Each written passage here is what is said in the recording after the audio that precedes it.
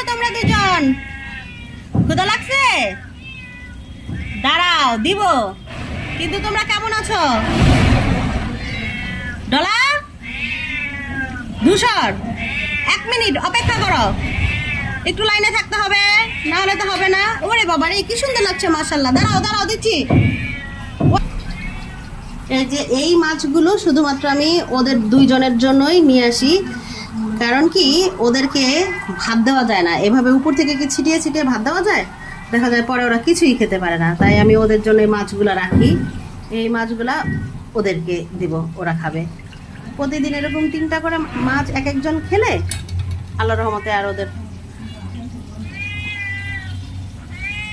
এই যে এই যে ডলা, এই যে ধূসর,